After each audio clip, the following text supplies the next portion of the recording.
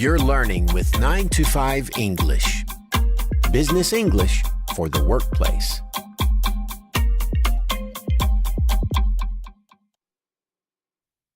Hi, Tim here with another 9 to 5 English lesson. In today's lesson, we're going to learn how to talk about abilities. There are lots of opportunities at work to talk about your abilities. And I don't just mean job interviews. That's an obvious one. But there's also work planning, project meetings, and just discussing who should do what on a daily basis. I mean, you're not going to ask the person who doesn't have the ability to type to prepare that big report, right? The simplest way to talk about basic abilities is using the words can and be able to. So, you might say, I can type 60 words a minute. Or, I am able to type 60 words a minute. It's that simple. How about a bit of practice talking about basic abilities? Let's try some examples. Listen to each sentence. Then, repeat it for yourself. Ready? Let's get started.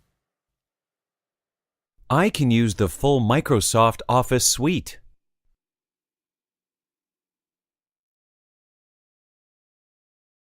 Harriet is able to speak Japanese fairly well.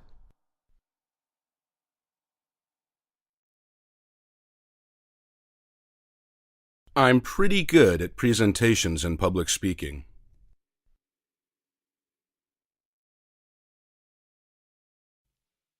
As you just practiced, you can also say you are good at something, such as presenting or bookkeeping. That means you have the ability in that area. But what if you're really good at something? What if your ability isn't basic, but advanced? In that case, you have a few options. You can say you excel at something, which means you're not just good at it, but excellent at it.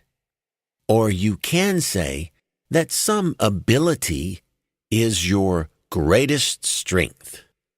That expression might be especially useful in a job interview. Let's give these expressions a try. This time, you're talking about things you're very good at. Once again, you're going to repeat the examples after you hear them. I really excel at website design.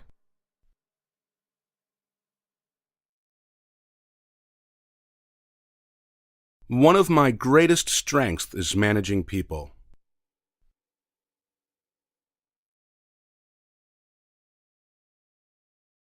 I'm really confident in my sales abilities.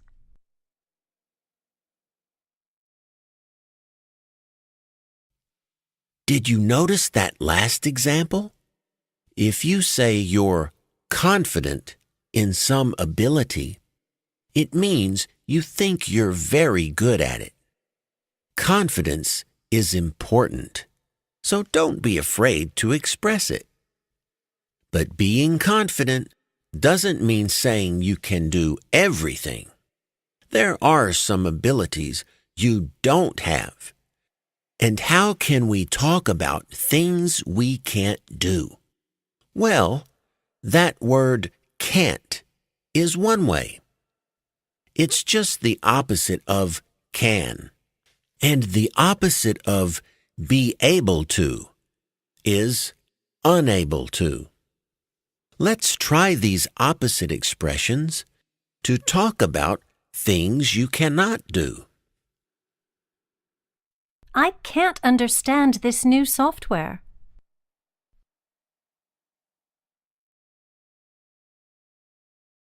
I'm unable to stay focused during long meetings.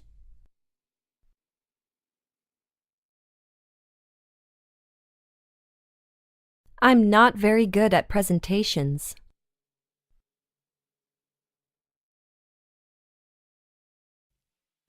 Great work! You now have the ability to talk about things you can and cannot do. But wait a second. How can we talk about past abilities?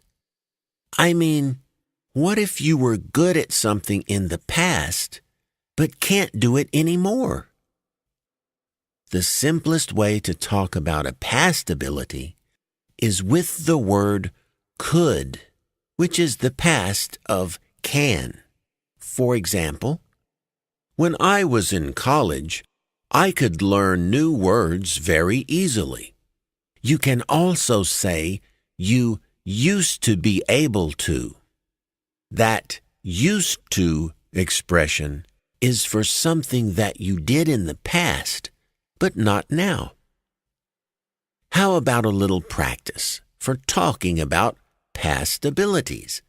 Repeat the examples after you hear them.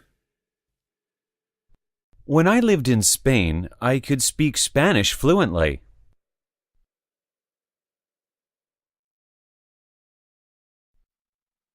Quinn was good at Photoshop when he first started here.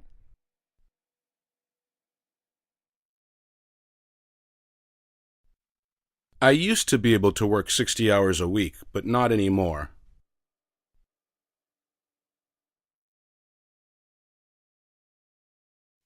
Remember when we talked about being good at something?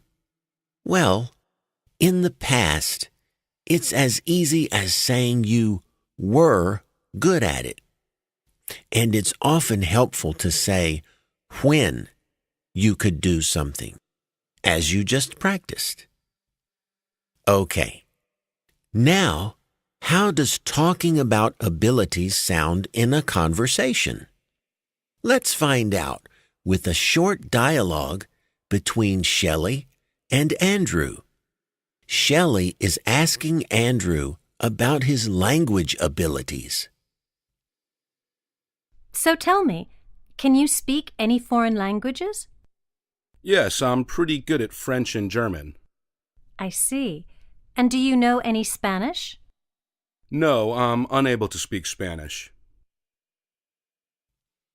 As you heard, Andrew is pretty good at French and German, but he's unable to speak Spanish. Pretty simple, right? Now it's your turn to practice. We'll repeat the dialogue, but this time we're going to beep out the second speaker's words. You will have to say those parts yourself. Remember to start by saying that you're pretty good at 2 languages. Then you'll say you are unable to speak another language. Here we go. So tell me, can you speak any foreign languages?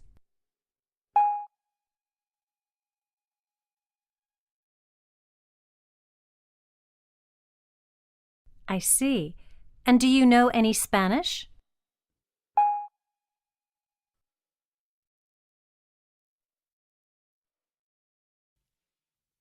All right. That about does it for this lesson. We've learned some great ways to talk about things you can or cannot do. Tune in next time when you'll learn how to ask for and give advice. Until then, so long and happy learning.